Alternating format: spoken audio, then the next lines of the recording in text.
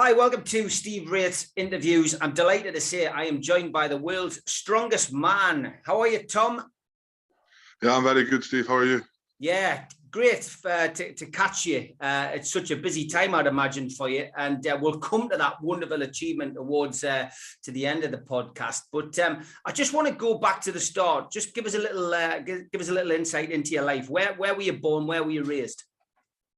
Yeah, so obviously I was born up in Scotland in the Highlands. I mean, people know the Loch Ness Monster, so that's where we're kind of from, up that area. So yeah, we were right far up north in Scotland, from a small town in River Gordon. And yeah, I mean, you know, being from up here, there's not much stuff on your doorstep and stuff, and you have to go out and find things to do. And you know, it's not like the big cities where you can kind of have everything on your doorstep, where there's restaurants, there's gyms everywhere. So yeah.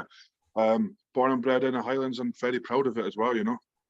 What was your childhood like, mate? I mean, obviously, you know, completely different upbringing, as you say, from being born in the big city, living up there. I mean, I had some fantastic holidays when I was a kid up in Fife in Cooper. I used to stay at a place called Mount Queenie. Used to go to places like Dundee and that, and, you know, and then go to the outskirts. It's a wonderful part of the world. But what was your upbringing like, and what was schooling like for you? Yeah, I mean, obviously, you know, I was diagnosed with autism at a very young age. So it's, I mean, it was, I mean, I didn't think any much of it. You know, I love football. Football was my life. As soon as I could walk, all I wanted to do was play football, play professional, and just my life was football. You know, I used to play football from 5 years old, maybe 4 or 5 hours a day, every single day of my life. Monday to Sunday was football. I'd even take time off school just to play football as well. So that's how I assessed with it. And then obviously being diagnosed with autism, you know, having the kind of extra troubles that I caused at home, I caused at school, you know, a lot of breakdowns, a lot of like kind of family issues and that because of this kind of autism that I had. But I mean, primary school was, like I said, you know, any kid's dream for myself. You know, it was a small school, had all my mates around me, and all my mates wanted to do was play football. And that was the best, you know, the best of both worlds for me. School was easy and easy going, like I said, a small school, and at like break time we just played football, and then after school as well played football. So I felt like I just was a normal kid, you know. Obviously away from that kind of football stuff at home, I, like I said, had my behaviors, and maybe when I was out and about I had different problems and stuff, but like 90% of the time school was all right in primary school. And also, you know, the distraction that I had that helped me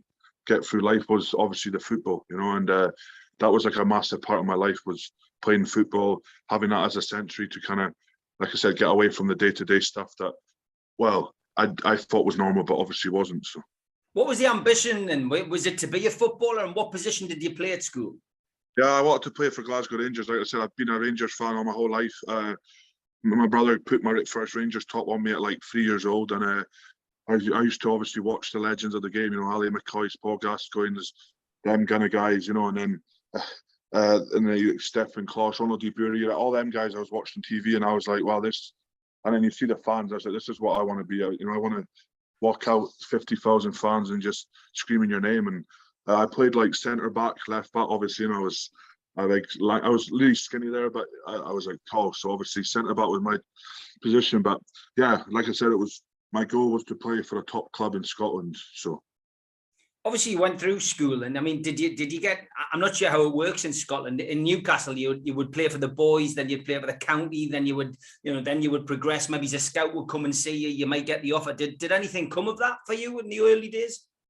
Well, I mean, so you get Inver Gordon, which is our local team, and then you can play like North of Scotland, and then that's kind of it. Then you kind of have to go to clubs. So there was a local club called Ross County. I did a wee bit with them, and then I was at some Rangers camps, you know, because I went to some Rangers camps, I think, just as a kid to kind of have some fun, but they were really interested in me as well. But being that age, obviously my mum and dad kind of like, you know, and with the autism as well, you know, they didn't, we're going away from education and what I knew to, you know, a city, Glasgow, wasn't the very best for me either. So I kind of just stayed at local level, and, you know, I was enjoying my time. I mean, I think I got to like 15, 16 years old and thought, right, I might not make it, you know, professional now, but I was still loving playing football. And like I said, it was still my whole life.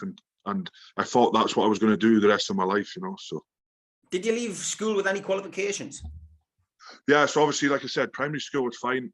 Going into the secondary school was really hard for me.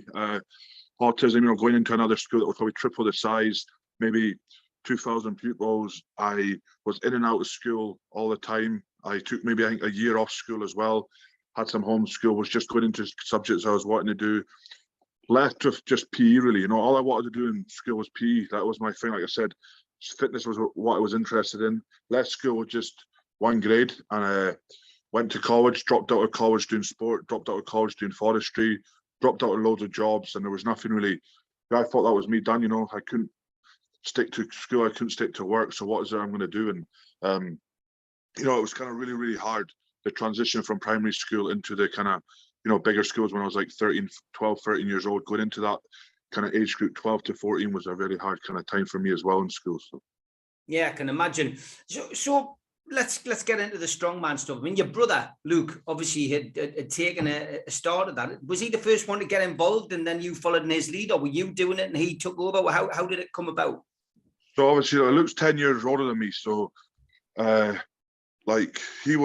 started the gym about 18 years old, so I'd have been about eight years old or 17, so 7 years old by then. So basically it kind of happened weirdly. I mean, I had stopped playing football. My mates had gone away. I just locked myself into my room and started playing like the Xboxes and stuff. So I was getting more and more depressed, obviously the autism and stuff, and kind of just didn't have anything to do. So I was like, well, I don't work, don't do anything. And then there was one day Luke just said to me, "Oh, come to the gym, come try this, come try the gym, it might help you." And I think it was 16 years old that I started, and I hated every minute of it. I hated like the people looking at me. I hated all the mirrors in the gym. I thought people were talking about me, and it was just a very uncomfortable situation to be in. My head was down. The only person I talked to was Luke. I never been so intimidated by bigger guys as well, and then obviously women as well. Like when women were lifting stuff that I couldn't even pick up the bar. I was like, what's going on here? How's that girl lifting 60k and I'm only doing 20? And then I was like, I'm not doing this. I mean, like, I'm a 16-year-old boy and I'm sore every single day every single day I go to the gym. When I played football, I was sore for a few hours and that was it. Why am I sore every single day? This is like a 16-year-old boy that's trying to live a normal life, but I'm sore. I can't do nothing. I can't move. So in my head, I was like, I'm not sticking to this. This is a waste of my life. I'm not going to make anything off it. I'm just coming to the gym because Luke's here, and that was about it. But then it was like maybe a year or so later, I went down to watch. I was interested in strongman. I always watched strongman on TV. Like Mariusz Puszkanowski was my idol, the Polish guy that won it 5 times, and I was like, wow, that guy's superhuman. He's not just like the old strongmen which were like more fatter and looked unhealthy. This guy was like. Kids look at them and they're like, wow, this guy is superhero. So I was like, I want to be a super, like that kind of guy. In my head, I was like, I want to be like him. But obviously I was like, no, I'm not putting the work in to be like that guy. That was just too much effort. And then, like I said, about a year later, I went down to watch Luke do Scotland's Strongest Man. And obviously Luke was still quite new to the sport, but he had won it. I'm seeing your brother in real life lift like cars, logs, stones, stuff that you never thought would be possible to lift. In the gym, all you see people do is lift dumbbells and bars, and you're like, yeah, that's cool. But then to watch your brother, it's like watching TV. You're actually watching your brother lift what these guys lift on TV. You're like, wow, this is something I've never seen before in real life. So I was like, right. I said to Luke, I want to go back home and actually join a proper strongman gym and do what you do, not do the bar stuff, but do lifting cars and stuff. So I went to a gym in Inverness, which is 30 minutes from myself. And Luke, took me up there, and then I kind of just stuck to it. Although it was still really uncomfortable, that this gym was doing even more bigger guys. The ladies, they're all like kind of professional bodybuilders, professional strongmen, all Scottish strongman kind of level. And I was like just a young guy going in to try and lift weights. And, I kept on going. What usually happens with me is usually I quit things when things get hard. But for some reason, I just wanted to kind of keep going and keep pushing at this. I started seeing getting bigger muscles in my arms, getting 6 packs, getting more confident in myself. So I was like, wow, this is going to be very good for me, to maybe help me get a girlfriend, with self-confidence, with day-to-day life. It's going to help me mentally as well. And when I started then going after a year and stuff, I started getting less anxious, just walked into the gym like a normal person. And it was all down to Luke to help me get through that first kind of, first few months in the gym. And then finding a strongman gym, and then we just trained together, and then I just adapted very quickly to it all.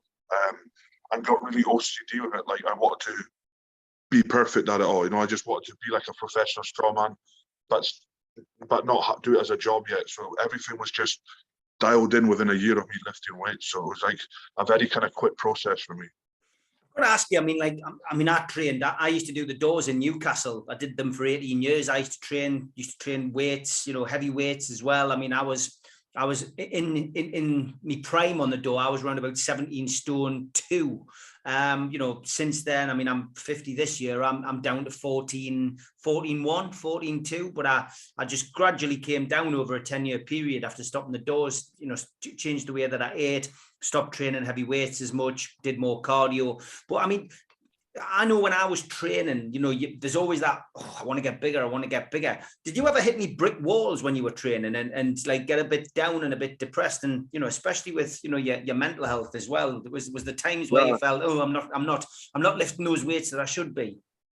I mean, yeah, well, autism is always, that's the hardest thing with some of autism is, like I said, you know, going into the gym and like, I kept comparing myself with my brother or comparing myself against other people. So I was going into the gym, maybe benching 100K and someone the same age as me or that was bigger, benching 140. And I was like, well, I should be there, you know? So there was a lot of times where I kind of just was like, why am I not getting stronger?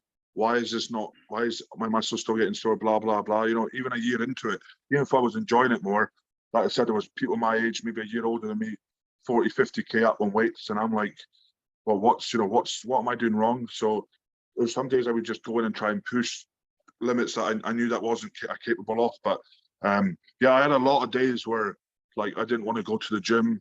I felt like I was, like I said, when I kept comparing myself to other people, that's the days that I really like got depressed and didn't perform good and walked into the gym and giving it like 50%. Whereas like nowadays, or even like after 2 years in the gym, I learned to then just concentrate on myself and set myself goals so that I wouldn't like, you know, compare myself to Luke. He's maybe 200 bench, I'm 140. I'm like, well, that's stupid. He's been lifting longer than me. He knows more about it all. But then me seeing him do that and me only doing 140, I'm like, well, why can't I physically do that yet? So yeah, there was a lot of time going through my brain, like, you know, why am I not like this? Why am I not this? Why is that girl stronger than me now? There was a lot of things like that, but it was kind of just me putting it on myself. I think, like I said, comparing myself to other people in the gym. Where I never did that in like football and stuff. I used to always concentrate on myself, how I played. But just because I think in the gym, obviously you're surrounded by these big guys, they're grunting, they're wanting to be the alpha male and stuff. So you're trying to be like, right, I need to get strong quick. So yeah, there was a lot of times where I just kind of, yeah, like my head just went down and I would never walk out the gym for. I would just get really kind of depressed and just my lifts would get affected for like more than just a session, would get affected for a long period of time. So what was your first competition? Oh geez, I think my first proper one, Luke put me into Scotland's Strongest Man. So it wasn't the junior level, it was open level at 18 years old, I think it was, or I was just turning 19 maybe, I can't remember it. And yeah, so I qualified for Scotland's Strongest Man, came 5th in Scotland. I made Luke win. I had to beat this guy for Luke to win the competition. So I beat the guy and Luke won it. So, you know, top 5 at 18 years old in Scotland, and then Luke winning it was a very kind of cool moment for me. And that's when I kind of realised that, you know, I can make something of this. You know, like I'm an 18-year-old boy beating guys that have been doing this for 9-10 years. And I kind of rocked up on my first year and, you know, top 5 in my national competition. So that's when then I kind of was like, right, we're going to do serious here. Let's do some damage. So. You know, in those early days, with that first competition, were there things that you particularly struggled with that you had to work on? I mean, the biggest thing for me was crowds. You know, a lot of crowds, and the interview thing was. There was a lot of interviews in Strongman, but back then when I first started, there wasn't many. So, like, I mean, talking on a mic and stuff, it was really just like asking the questions like that. But I was still really kind of nervous and anxious about that. So Luke did a lot of talking for me, and like, because I thought Strongman was just going, you turn up to a competition, you lift the weights, you get whatever, first, second, third, whatever, and you go home. But I was wrong. Obviously, at that kind of the starting level where first, second comp was fine. But then when you start progressing and getting into like the UK level and stuff, that's when all this TV stuff comes in. And it was more like after I started getting into that level, the UK level, that physically I was capable of doing it, but mentally I would just crash because of the TV things. trying to talk in front of a camera, the interviews. You know, I was just wanting to lift the weights and I couldn't talk. I was like, I would keep myself up all night to try and think about what I'm going to say and stuff. So, I mean, like other sports, football, cricket, stuff like that. There's money in it. I mean, from strongman competitions, I guess you rely heavily on sponsors when you're first starting out. Yeah, 100%. When I started out, like I said, I was working. I was paying to compete as well. So, you know, I was losing money instead of gaining money. But I mean, yeah, with sponsors, I mean, even at the early ages, you're getting like the free T-shirts and free supplements and that, you know, which is obviously good. It saves you money and stuff, but you're still not getting funded or, you know, paid to do the sport. So, I mean, I was quite lucky because obviously I had Luke, and Luke was a recognised name in the strongman kind of early on. So, and I kind of progressed quick as well. So after like 2 or 3 years, a lot of companies started getting interested in me, which, you know, was a cool thing because someone like me with like the autism stuff, I didn't really think I would ever get supported like that in that kind of way. And to have like brands and stuff wanting to help me out and, you know, come on a journey with me in strongman was a cool thing to do. And that's when you know, even stuff like that, the first sponsor you get even more motivated to be better. Second one, you get more motivated. So you just want to keep climbing that ladder and, you know, keep on doing the sponsors that you're with at the time proud, you know, and help them grow and they'll help you grow as well. So. Yeah, no, it's fantastic. I mean, do you train with your brother or were you training individually or was it a bit of both? No, yeah, we train. We do everything together except sleep in the same house together. Yeah, I mean, that's the advantage of having brothers. I mean, in my eyes, if you're brothers and you're competing at the top of the game, why don't you use it as an advantage? You know, Luke's better than me in some things. I'm better than Luke in some things. He thrives off me. I thrive off him. And like we turn out, Luke helps me with my weaknesses. I help him with him. So then when we go to competitions together, we've already kind of won in a lot of people's eyes because we use our energy. Like, you know, a lot of athletes, all strongman athletes, for example, go by themselves and they don't have their brother there to, you know, compete with us. But, you know, when we go together, we like fly together. We eat meals together. We're, you know, around the athletes together. So we're always together and we thrive off the energy with each other. Then when we compete, you know, if Luke has a good event and the crowd go mental, that gets me so amped up. If we're against each other, we get so amped up. So we like play a lot of mind games with people, and you know, sometimes the mind games we win before we even step on the kind of, you know, the battlefield as well, because like I said, our heads are basically connected, you know. So it's like wherever Luke's going, I'm going. Same with training, you know, we never have a bad day training really because we're always together. But yeah, it's so powerful what, you know, two siblings can do to other people in the kind of strongman game as well. So I'm going to finish off with the final and your great achievement, but I did put a push out for some questions, and needless to say, I have been inundated. So I'm going to try and work my way through a few of these ones. There's some pretty interesting ones as well. Nick and Katie ask two-parter. First of all, what are the best foods and drinks to gain weight? He says he's so skinny that he's got to be careful of walking over drains. Well, I mean, I'm in that same boat because when I was kind of starting the gym and that, I was like very, very skinny. I mean, I think people might have seen old photos of me. I was like super skinny. And, you know, for me, it's, you know, it's there's not really a best and worst food you can eat, you know, like a lot of people think like, you know, protein, chicken and stuff, not going to put on as much weight as like, you know, the carbs, burgers, pasta and stuff. But, you know, it does. It's more kind of like, you need to kind of force yourself to eat food. That's the most important thing when you're lifting weights. You know, you're burning, I mean, if you're eating 2,000 calories in a normal life, you start the gym, you're going to have to double that because of what you're burning in the gym. You know, a lot of people don't realize that when you start exercise, the amount of calories you burn when you're sleeping, you know, when you're in the gym is a lot, like, like a lot of calories. And like, you know, even for me, for maintenance now, it's like I need 7,000 calories. And to even get up to that extra meal, like you need to force yourself to, you know, for tips for these kind of guys, it's like try and figure out your normal kind of calorie intake and maybe add 1,000 to that. And, you know, if you're like I said, a healthy lifestyle, if you're lifting weights and stuff, then you really need to just trying to force yourself to eat. And I mean, don't really care what you know, if you're skinny and got a high metabolism, that's the kind of bonus of you can go and have like a burger and chips, you can have some pasta, but it's really important to really eat at right times. So like, you know, if you're wanting to put on weight, eat your biggest meal after the gym. Don't eat it before the gym because you're just going to burn all that off in the gym.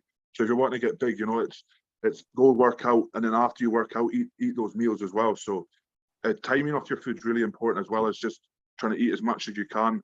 That can sometimes even lose weight. You know, eating a lot of food can lose weight. You know, I've ate like 9-10 meals and dropped 4 or 5 kg just because it's, you know, it's not storing in. It's just, well, going out again. It's so, but yeah, meal timing for me is really important. You know, if you're having a big meal before the gym and you're going there, then you're having a protein shake after, that's not going to put weight on you.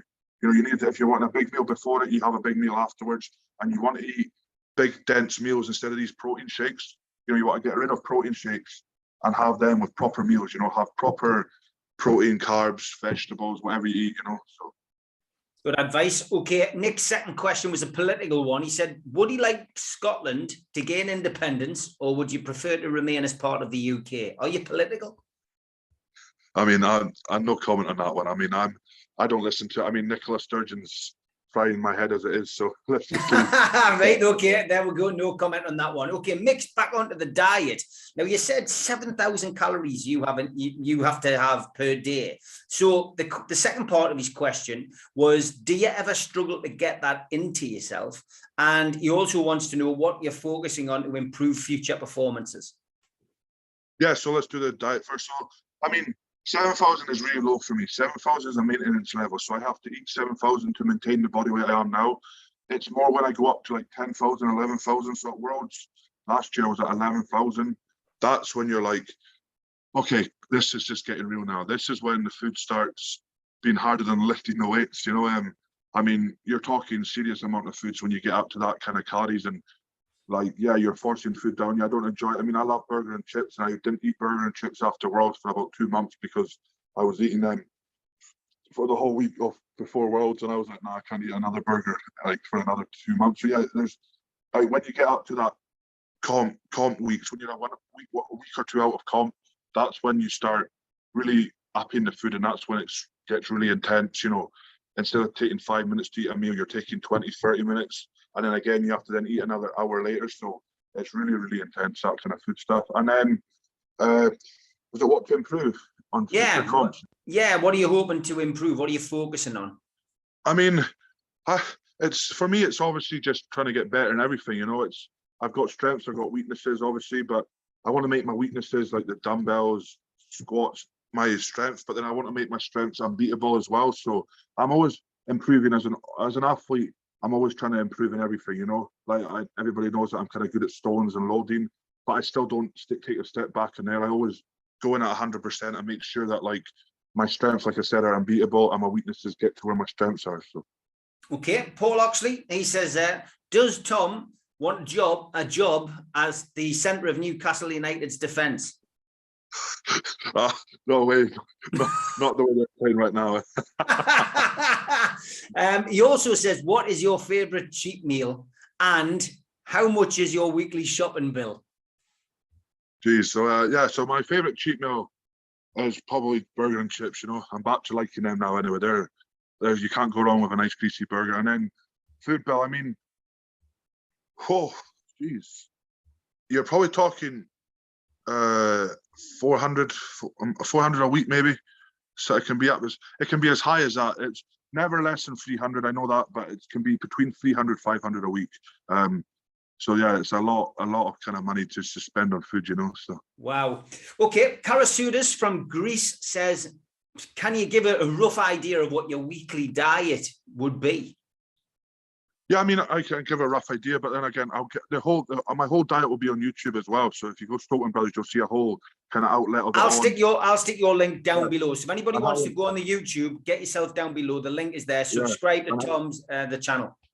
And how intense it is. But like, so a basic day would be like waking up whenever I want, 8, 9 o'clock, and having 10 eggs. 10 eggs is my usual breakfast.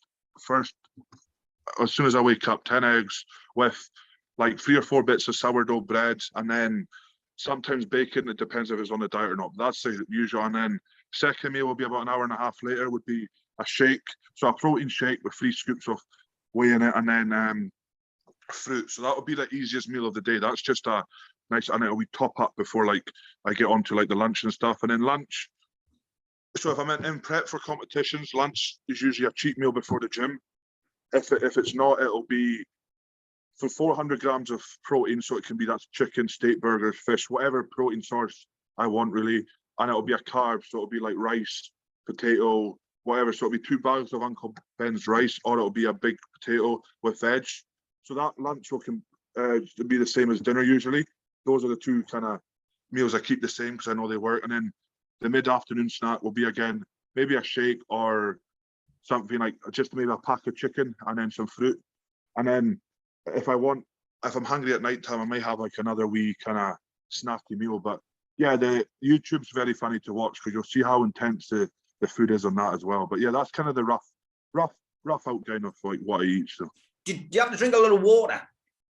Yeah. I mean, I'm pretty bad at not drinking water. I mean, I love cranberry juice. Cranberry juice, I go liters and liters of that. But yeah, water is very important. Obviously, water is important even if you don't compete or do stuff like this. But yeah, water is very important for, the strength kind of athletes as well and just day-to-day health. But I'm very bad at drinking water. Great stuff. Make sure you subscribe to the Stoltman YouTube channel. The link is below. Make sure you subscribe to that, please. Honestly, great watch. There's some of the stuff on there is very funny, as Tom's already pointed out. Gerard says, hi Steve, could you ask Tom if all the media interviews he has to do for Strongman still have a bearing on his mental health and therefore his performances in competition, and how does he manage it along with his YouTube commitments? Yeah, I mean, the media thing, I mean, like there was media away from Strongman. Obviously, after like being world strongest man, there's a lot of media attention for myself, and I tend to kind of break media and my gym stuff up. So like what I usually do is if I'm prepping for a competition, the media stuff, I'll say to them, you can wait till I'm ready for it, because at the end of the day, lifting weights is my core, lifting weights is my job. But like talking to newspapers, talking to TV programs and stuff, I can do that anytime I want it because like they're not going to go anywhere. So I never let it affect my training. If, like for example, if I'm training at 2 p.m. and someone wanted to talk to me at 2 p.m, I would be like, nah, I'm training, wait till I'm ready and I'll come back to you and get you a date. So I've learned to really manage that over the years. It's the media the hardest part of the media is when you're competing. So if I'm competing at a Giants live competition, say for example, Britain's Strongest Man, you do a lot of media before you compete. So you'll be at the arena maybe at 12 o'clock. You have to do a few interviews. Then you have to then do some walkthroughs for when the crowd come in and stuff, etc., etc. So that's a lot to take in when you're not competing till 5 o'clock. So you're at arena 5 hours before you're competing, just kind of sitting there, and that's when you need to learn to like not overthink things, and just go with the flow. I just wing a lot of things. If people ask me like questions, I'll just say my answers and that's it. I'll never give them longer than they need. Like at the end of the day, when you're competing, you're the athlete. So if they have an interview, I'll say you'll have 10 minutes with me and that's it. And then they respect that because obviously we've got a job to do. So I've managed it throughout the years. Like I said, when I first started, it was hard. Like that's what would crumble me in competitions. I would do my interviews, try and get mentally focused again, and I just couldn't, and that's when I would crumble. But now, I mean, when you look at my interviews for Giants Live with Mr. Strongman, I don't care what I say, I just be funny, be serious, and that's it. And once it's over with, my head's then focused on the competition. But I mean, training and media stuff, it doesn't bother me at all because it's, at the end of the day, it's just training, and like I said, the media stuff, they're usually good at saying, oh, we'll do it another time, and we'll let you train. Obviously, they understand what I do and stuff. So I've learned to live with it, and I've learned to kind of control it, in situations where it does get a bit too much. So. Okay, Simon says, Tom is an absolute legend. My young kids, Neve and Lucas, love him and Luke. They want to know how important Luke is to your success. And they also ask, who can get up Ben Nevis quicker? Ben Nevis, I'll let Luke try and decide. He can be the guinea pig for that because I ain't trying that one. Maybe one day. But no, I mean, yeah, Luke's a big inspiration. Obviously, I would have probably never got into this sport if it wasn't for Luke. So obviously having a big brother doing a competition as well and competing at the highest level is, is bonkers. And what we've done at World Strongest Man is amazing as well. And yeah, he's a massive inspiration. Like I said, he's really helped me mentally get better. Physically, I've always kind of progressed physically in the gym. It's been all right, but he's always kind of took me under his wing. Mentally, like I said, if things get hard, he'll drop me back and go like, Tom, come on, it's fine. So as like a mentor that way, he's been really, really good. I mean, like I said, if it wasn't for Luke, I wouldn't be sitting here, world's strongest man. We wouldn't be as successful as we are. So I owe it a lot to him. So. Okay. Mr. 1234 says, ask Tom when the competition actually takes place. He says, it's always on TV at Christmas. He says, but I accidentally found out who had won before this year's final. He says, well done, by the way. But yeah, when does it actually take place?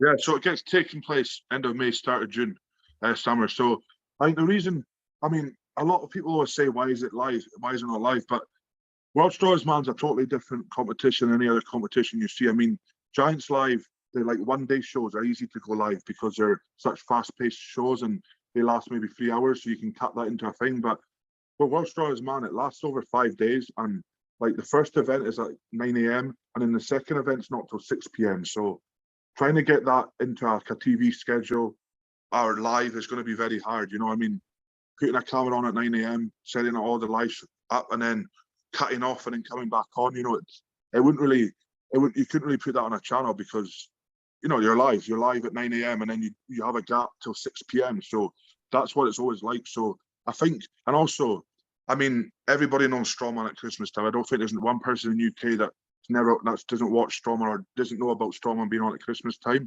So I think they're wanting to keep that tradition. It's exciting. It's when all the family are together. It's usually when you're at home, all the work's closed and stuff, and that's kind of the best time to get the family around the TV and sit back and watch it. So yeah, I know social media is really powerful on that, but at the end of the day, I love it. I like how they do it, because for me, although I know I win it and stuff, it can really kind of take me back into that memory again and relive it all. So, and I loved watching it with the family and stuff because they couldn't get out, so it's nice to relive the moment as well. So.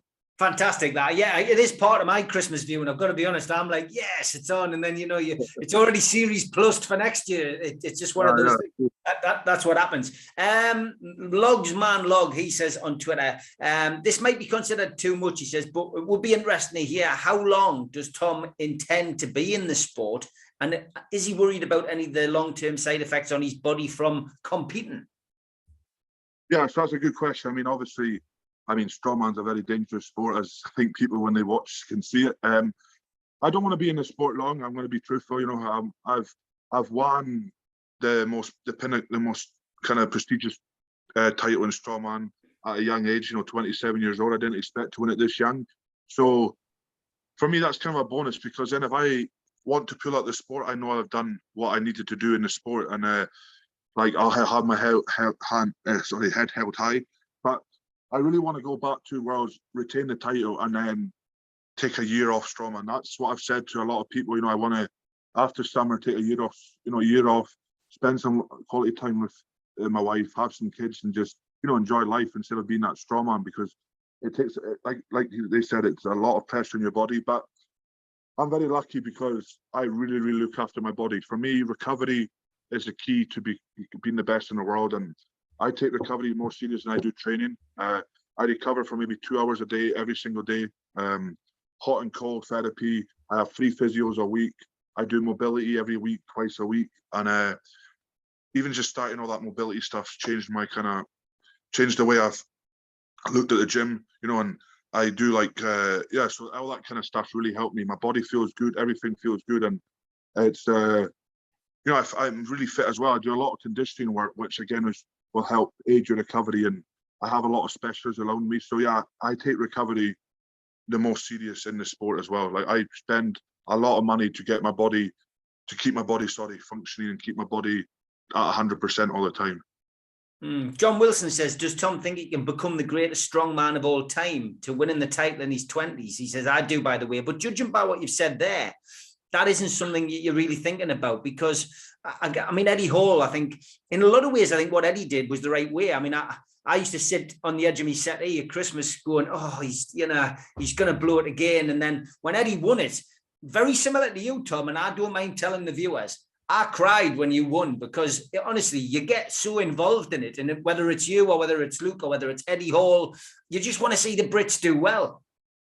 Yeah, 100%. I mean, you know, like a lot of people, I get this question daily, like, you're going to be the greatest of all time. But like, for me, that doesn't really, I mean, being greatest of all time in a sport is an unbelievable feeling. But like, the people don't realize that strongman's evolved over time since Mariusz Puszkanowski's days. You know, like back then, Mariusz Puszkanowski's were the best log press was 150, 160. Now it's up to 230. You know, I'm like, when Mariusz was there, he was 10 times everyone's level. So like, in my eyes, he won those 5. Yeah, he won it fairly and stuff. But like, if you put Mariusz into this lineup now, he'd get blown away by like the Brian Shaws, myself, and everyone. So I think every year strongman's getting harder and harder, and you know, you have to, like I said, work harder, recover harder. And I kind of honestly, I want to be hopefully by 30, 31 years old, you know, maybe win worlds 2 or 3 times and just be like going to maybe a different venture, always be part of strongman, but I don't want to compete for the rest of my life. That's one thing that I really don't want to do. Like I said, 5 titles would be good if I could get 5 titles in the next 5 years, and maybe I will stay. But yeah, like I said, I've won 1 title, and how that's changed my life already is, you know, it's good enough for me. And obviously, I always believe that you should go back and retain your title. You know, I don't want to be this one-hit wonder where I go in, say, this year and come last. I always want to go back in with as the champion, and then, you know, I have to get dethroned. And you know, if I win it again, I mean, back to back would be special enough for me. So. Well, hopefully you get that, and then back to back. You know, the next person who wins it is your brother. That will be fantastic. Yeah, 100%. Okay, got a few questions on YouTube, so we'll do these and then we'll finish. Got about 15 minutes left, if that's all right with you, mate. It's got some really good questions on here. Firstly, congrats to the big man. Great to see him smash it. Other than winning, what has been his proudest moment? And he hopes, he's obviously a Gur, he says, I hope it was his first visit to Ibrox.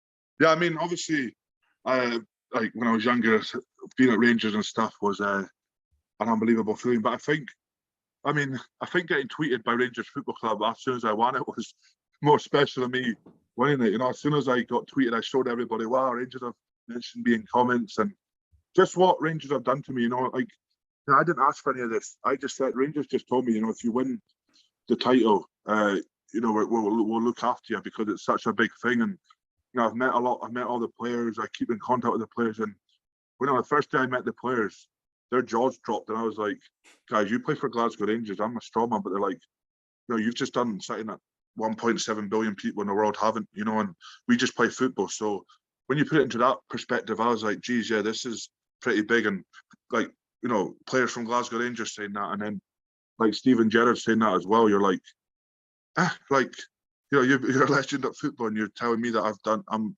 more successful than you. So it's, you know, it's a very special moment when people like that come up to you and do that. And then, you know, I'm a massive Rangers fan. I'm always so vocal about it. I'll never hide my true colours. I don't know why, when you're a celebrity, you should hide who you support or what you are. And, you know, I'm so grateful that I can travel around the world with Rangers. You know, it's my hobbies. It's, you know, when it got taken away at Christmas time, I went into a bit of depression, and my gym really, really suffered big time. It's my thing to get away from the gym. You know, I travel to 90% of the time. I travel to every game I can when I'm not competing, and it's, yeah, it just makes me like a kid. So, I mean, the happiest when I am is obviously winning worlds, but then just going to all the Rangers games. But even the fans, I mean, the amount of support I have from Rangers fans, and just the amount of support I have from all the Rangers people is just unbelievable. You know. Fantastic. Michael Cross says, brilliant achievement. Both Tom and Luke are inspirational people. He says, does he find the cold water exposure not only help recovery, but also strengthen the mind? He says, I have found this since doing it for almost a year now. Yeah, I mean, 100%. If you're, you know, if you've got mental health issues, autistic or whatever you are, even just, you know, a lot of stress, an anxious person, cold water is by far the best thing. It's free. It's easy, and it's not nice, is it? You know, being in cold water, but like, if you can expose yourself to cold water for 3 to 4 minutes and get your mind to shut off, then you can do anything. You know, it's like it's basically going out of your comfort zone. You know, your mind's telling you to get out, but you have to adapt your mind to say, nah, this is fine. So, I mean, I can sit in a cold tub now for 15, 20 minutes, fall asleep in it, and then get woken up by the guy I'm with saying, oh, Tom, that's your time up. So yeah, I mean, it's really, really helped me, obviously, recover wise, but mentally it's made me like it's made my mind unbreakable, really. So Okay. Key Concrete 007 says, as an ambassador for autism, does Tom get many autistic people getting in touch to say how he has inspired them? He says, for my part, I'm not autistic, but I am inspired by both Stoltman brothers.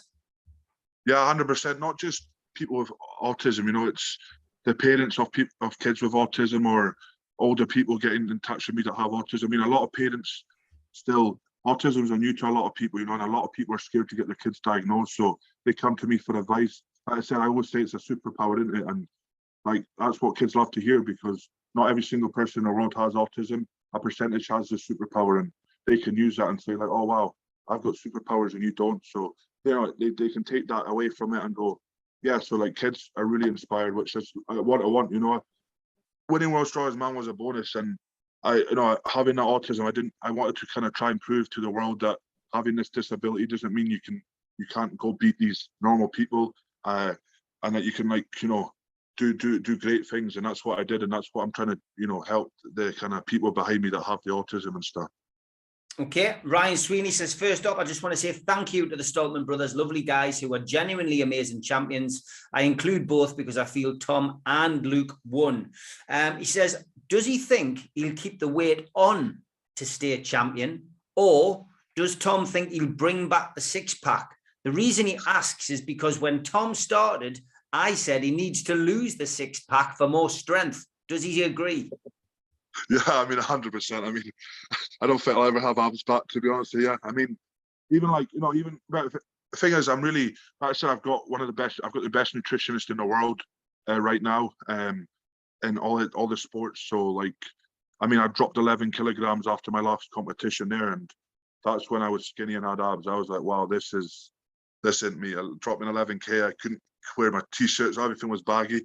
So, you know, I only ever up to like 28 stone plus when I'm competing, but when I don't, it drops right down. You know, you maybe take 15 kilograms off that, and I just walk around at a normal, oh, not a normal, but like a 165, 170 is my normal kind of healthy weight. But then, so yeah, I mean, but he's right, you know, he made me win World's Strongest Man. He made me get the gut, and look at me now. So Dan's asking, did you ever, with autism, did you suffer any other personal challenges other than the interviews when you were competing?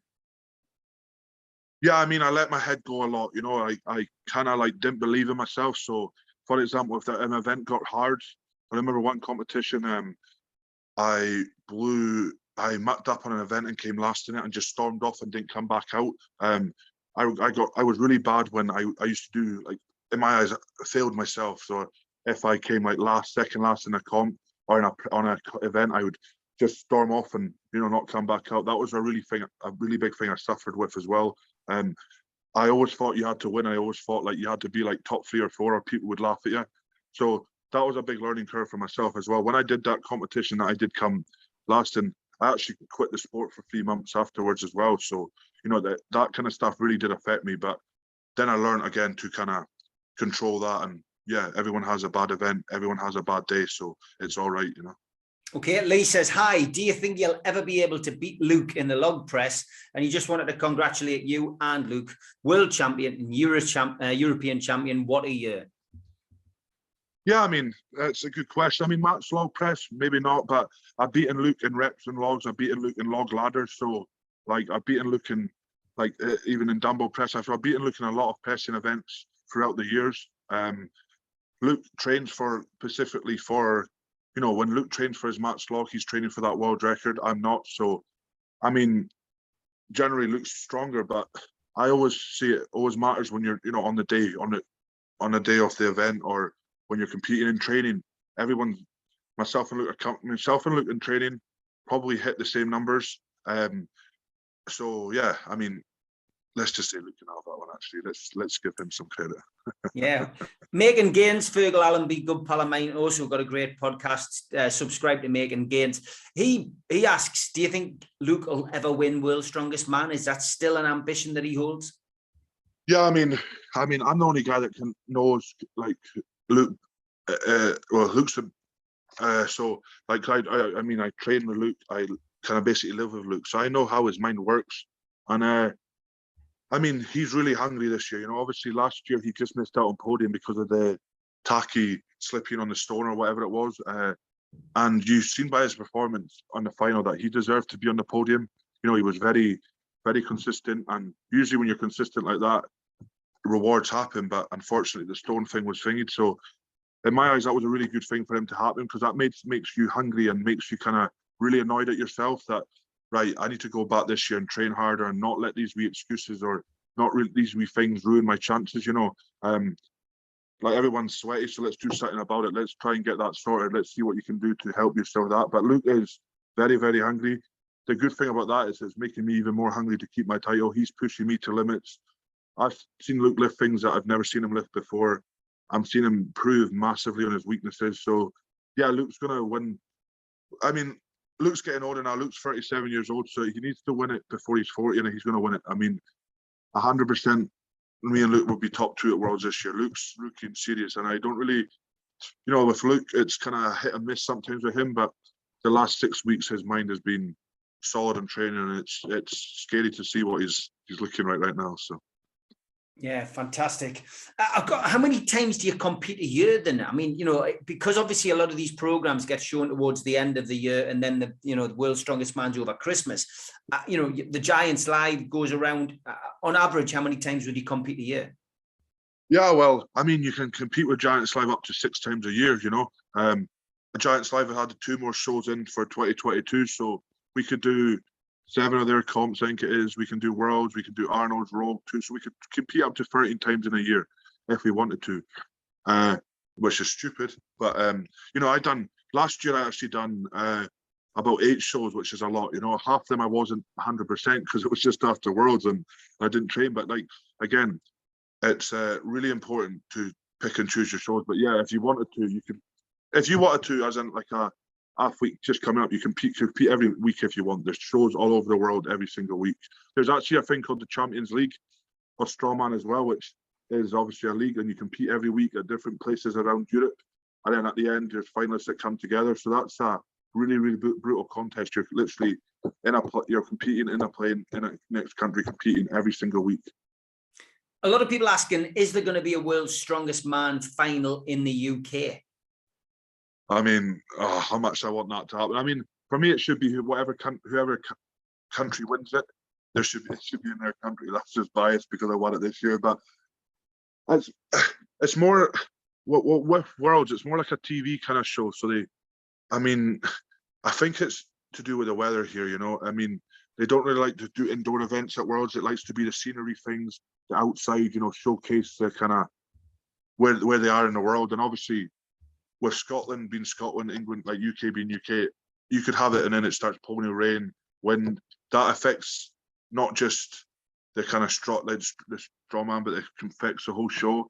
And then you kind of have to then have a plan B, which half the time they don't have a plan B. But yeah, but I would love it to be in UK. But in all honesty, I don't really think it is. It's an American company as well. So it's a hard one. I think it's always going to be around about America or like Africa or like, you know, those kind of countries. But you never know. There's another year contract left for this America, so it's in Sacramento again this year. Then hopefully, you know, they might sign somewhere in Europe or something. It'd be even nice in Europe, you know, that we don't have to travel too far. But I don't think it'll ever be in Scotland.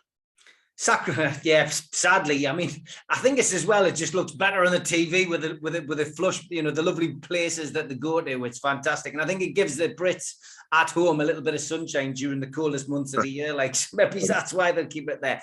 As you say, Sacramento is where 2021 World's Strongest Man took place.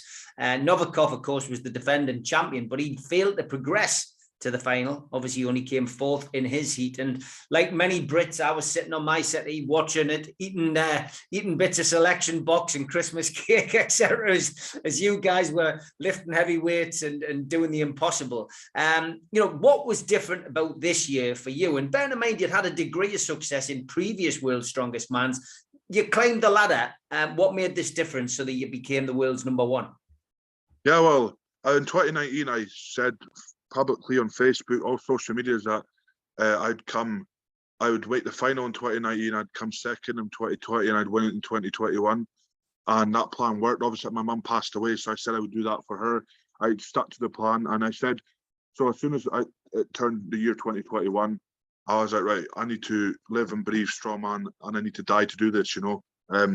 It's either win it or die. That was the only option for me. And if I didn't win, I failed my mum, I failed my family, I failed every single fan, and I lied basically to, my fans, and I lied to everybody else. So, 2021, I knew, I read on Facebook before I went out that I've won World's Strongest Man. Like I said, this unbreakable mindset of mine. I've been working with clinical psychologists, and I knew before I even stepped out there that nobody in the world would beat me. Like, nobody would get in my way. I was going over there to kind of destroy anything that would get in my way and anyone. And that was the confidence I had. That was the confidence I needed. And I just really believed in myself. And I really believed that, I said to them, put me in any group you want, put me in the hardest group, put me in the easiest group, throw any event at me and I'll destroy it all. And, I said that in 2020 as well. Unfortunately, I dropped the anvil, but that was the only mistake that stopped me from winning that competition. So I knew that, I was in good stead in 2020. At my worst events, 2021 in the final had some bad events for me, events that I shouldn't have won, that I've never won before. And I still proved people wrong as well. So, when World's Strongest Man, give me the events I like, then, it's going to be even better. But yeah, I knew, ever since saying that 3-year timeline, and that I knew 2021 was going to be the most important year, and I had to go and prove to everyone that it was going to be, then, that was special to actually say that and then do it as well. So. Fantastic, mate. It was a great achievement. And again, like I said at the top of the programme, congratulations on achieving that.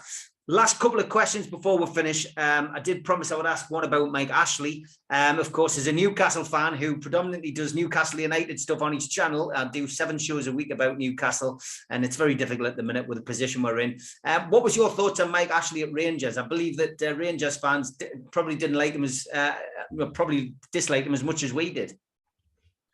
Yeah, I wish I could swear at this point, but nah.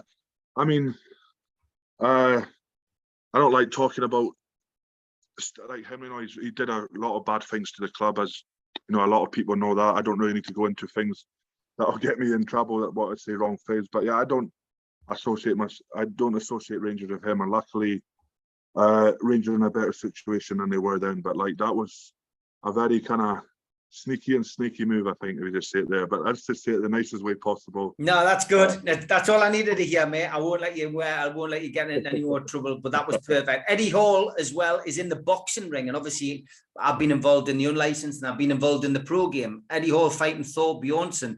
How do you see that going? I love both of them. I said I'm friends with both of them, done a lot of things with both of them, but it looks for me like Eddie Hall's going to win, because Eddie Hall's, when he was younger, he was a fighter. He's had some experience fighting. He's also a doorman, so he's just got that brute mentality and strength. He doesn't care who he hurts with that. And Thor, I think, had to get that transition from strongman into boxing. Had to really learn the game. Obviously, he's boxed a few people, but they've not really been boxers at the end of the day. You have to kind of imagine, if you're training to be, if you're training to kind of fight someone that's the same as you need to fight better people. So. Don't get me wrong, if Thor reaches Eddie's knocked out, but if Eddie gets Thor's knocked out. So it's a hard one to do, because like I said, they're not professional boxers. I think it will just be a cat fight, just scraps, everyone swinging. But if Thor uses his reach, he's knocked him out. If Eddie uses his power and stops Thor getting that reach, then Eddie's going to knock him out. But yeah, I've seen Eddie punch, and yeah, I don't want to be inside of that side of that. So we won't be seeing Tom Stoltman getting in the ring as a fighter anytime soon, I don't think. I've been asked a few times to box. I'd love to do a boxing match. It's something that I would probably do after Stroma. There's a lot of interest with it, and I've done a bit of boxing myself. So it's a fun challenge. At the end of the day, once I finish with Stroma, I'd love to do what Thor's done. Look how good Thor looks now.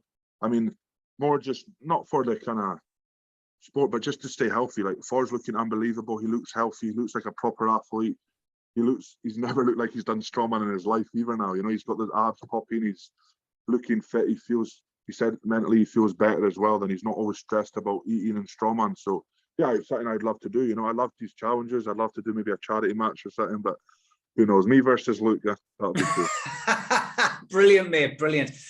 Do you give anybody a mention, any sponsors or anything, or just want to promote the YouTube channel again? I mean, yeah, just go on to StoltmanBrothers.com. Sorry, not Stoltman Brothers YouTube channel. And then if you want to buy any of this kind of merchandise, StoltmanBrothers.com. All our kind of information's on that site, and you can go get some lovely merchandise as well. So fantastic. And when are you next competing, mate? So I'm at February the 26th as Britain's Strongest Man. I'm going down to retain my title.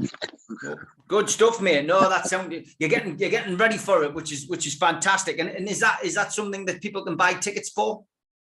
Yeah, so I think I don't really know the actual Giants Live. Is it Giants Live or something like that? You would need to go to. Giants Live. The Giants Live have the link in their bio on Instagram, and that takes you all to the competitions. Every competition of the year is on that. So. Fantastic. Listen, Tom, I know I badgered you a little bit, but it's been well worth it. It's been an honour for me to speak to you. Pass on my best to Luke as well. Good luck this year. Go back out there and retain it, mate, and do your mother 100%. Proud. God bless you, Thank you very much, buddy. Have a good one. Cheers. Bye-bye.